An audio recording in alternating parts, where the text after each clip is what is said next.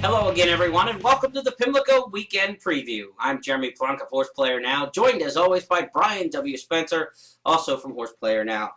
Brian, we're back from the Preakness, had a great time, another successful event in the Wagering 101 tent.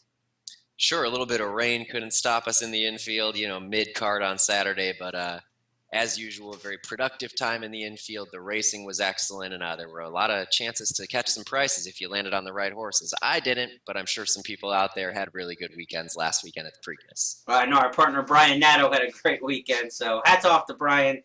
I wish my wagering would have went a little bit better as well. Let's get into this Saturday card as we move to the week after the Preakness. A reminder that the Pimlico meet will extend through Belmont Stakes weekend this year, so a couple more weeks of racing left. We'll have weekend previews for each of those. Kind of a special horse at this 2013 spring meet is coming back today, or this Saturday, in race number 1, Spicer Cub. He took the end around, if you will, last time out.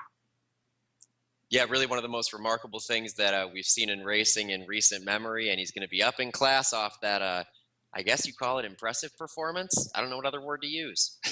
Let's go back and let Dave Rodman show you what happened last time we saw Spicer Cub at Old Hilltop.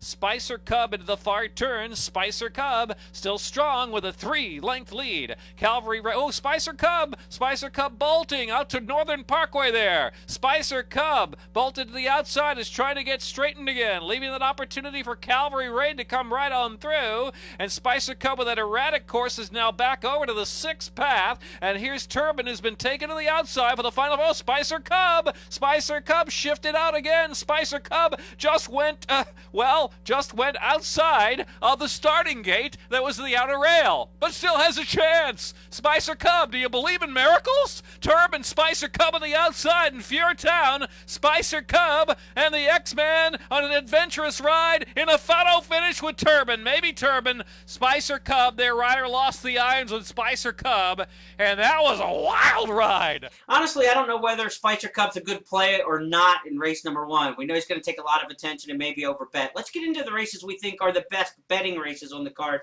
And for you, that begins in race number 5. It's a turf sprint here and one of the classier races on the program. Brian, in race number 5, where are you headed? I went with number 8, VIANNEY Lane, a horse who's only gone sprinting on the turf one time against $7,500 starter allowance company back in early April here at Pimlico. Had a little bit of trouble, had to take up once, and then still came out and finished best, and I think she's going to finish the best here. Let's go ahead and take a look back at that April 11th victory by VIANNEY Lane. And VIANNEY Lane is 4th for the final furlong and a half, and then it's Debonair Dancer who's dropped back, a furlong left to go. And VIANNEY Lane on the outside, leveling off now at NASTAR medalist, VIANNEY Lane. VIANNEY Lane takes the lead, a 16th of a mile left to go under Giovanni Garcia. VIANNEY Lane, NASTAR medalist trying to fight back VIANNEY Lane. So it's VIANNEY Lane on top for you in race number 5. For the exotics, who else might you be looking at in the 5th? I took 2 horses a little bit outside of that. Number 10, Northern Curfew, a horse coming up from $25,000 starter allowance company, but much like VIANNEY Lane, only has gone short on the grass once, and it was rather impressive. Opened up a big lead, won by 7 lengths. That's very difficult to do at any level, going 5 furlongs on the turf. And then also maybe underneath number 11, Smart and Smokin'. That last time out had a little bit of a troubled trip, got shuffled back around the 3/8 pole on the turn, and still finished on maybe with a clean go of it. Smart and Smokin' can make an impact too. So I'll go 8, 10, 11, giving VIANNEY Lane the edge in the 2nd career turf try. Well, you've got some company there in race number 5 because it brings us to our best bet of the day from our on-track handicappers at Pimlico. Dave Rodman pinch hitting for Frank Carulli this week, and Dave takes in that race Smart and Smokin' in race number 5 as his day's best bet. Again, this horse has had 2 good turf sprints at the meet, including a maiden special weight win back on April the 14th. Pinch hitter this week, Dave Rodman in for Frank Carulli. It's like Babe Ruth in for Mickey Mantle. You can't go wrong with either one of those two guys. We Nice move to race comparison. number 6 next on the program, and in race number 6, the pick 4 is going to start on Saturday. I've got an angle here. I've got a lot of angles in this pick 4 on Saturday, but one of my favorites pops up in race number 6. I call it the Nibbler Breaks Out. A horse who's usually all around it and then dominates foes one time and really gets that confidence builder to do it again. Often those horses will repeat, and we see that with number 7, Angel's Concerto, 7-2 in the morning line. This is a horse Brian, I think, can do that Nibbler breakout performance and just repeat and win again off of a big 6 3/4 length win last time. I've got to give you credit for introducing introducing me to that angle. I've had good success with it. I'm a big fan, so I can't argue with that one on Saturday in race 6. I'll be using Angels Concerto. Also, obvious favorites, Annabelle, the 1 in Shanfield, the 4 from High Powered Barns, are horses that you have to consider, obviously, to start off your pick 4. Brian, the second leg of the pick 4 is race number 7, and you've got some action in there, a horse, Mistletoe, that you like, who really fits well on the conditions. Yeah, and this was one of those races where, for better or worse, I might sort of panic myself a little bit, but it seemed to make too much sense to me. I seemed to have too easy a time handicapping this race. I went on top with the number 5, Mistletoe, has beaten tougher company than this, and is coming off of a, not great 4th place effort against $50,000 claimers, but she obviously fits here, and she's got the right tactical pace to sit just off the speed, and there is a speedy runner. There's a speedy runner outside, and heaven knows what, who's likely to get to the front, but Mistletoe has the speed to get to the front if she wants it, otherwise to press and finish. So I really think Mistletoe is going to sit one of those really dreamy, advantageous trips. And then, as I mentioned, number 8, Heaven Knows What, might be a little bit better when she's able to get on the lead, which she may be able to do today. And if you're looking for a little bit more action in that pick 4 coverage, number 2, No Satisfaction, is going to be running late, but I wonder in a race without a ton of speed if she's going to wind up with just a little bit too much to do turning for home. Should be an interesting race in race number 7. Like you said, it could just be a standout with Mistletoe. This is the horse who won at 3 other than allowance already, but eligible to run in this optional, claiming non-winners at 2 other than allowance because they're offering up for the $25,000 optional claiming price tag. So again, could be a class standout there for the Dane Kubisky barn.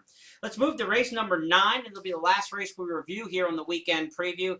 Race 9 is a very interesting race to me. It's also our brisk stat of the day, and we're taking a look at some of the pedigrees in this race for trainer Don Barr's entrance. And one of those you want to keep an eye on for Don Barr is the outside of the 2 horses that he's got in race number 9, that being Delaney Star. Delaney Star is a first-time starter by Leighton Heat out of the mare VV Star. If VV Star sounds familiar to you, Brian could tell you why. You must have been paying attention to some pretty talented juveniles back in about 2004.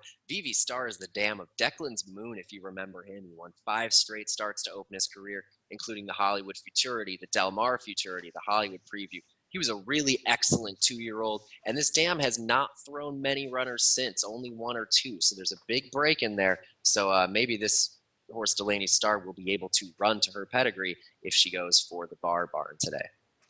Don Barr's got 2 in there, and that's an angle I really like in short fields. You've only got 7 in this race, which means the racing office had to work a little bit to fill this field.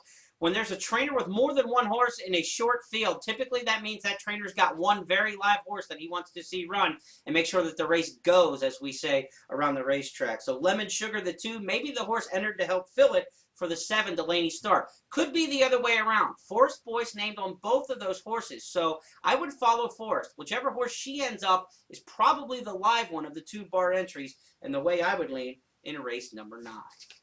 That's going to wrap up the weekend preview for this Saturday card. We want to remind you that Fan Fridays continue throughout the final 3 weekends of the Pimlico meet.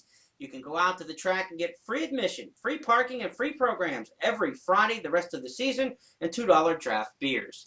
We're going to leave you with some sights and sounds of our visit to Pimlico from the past weekend. Brian, final thoughts on Preakness number 138. It's always nonstop the entire weekend, but the people in Maryland love their racing, especially Preakness weekend, and we're just always so welcomed there, and everybody's so nice to us when we get there. We always have such a great time, and another successful fan education endeavor for us in the infield. Take a look. We'll see you next week.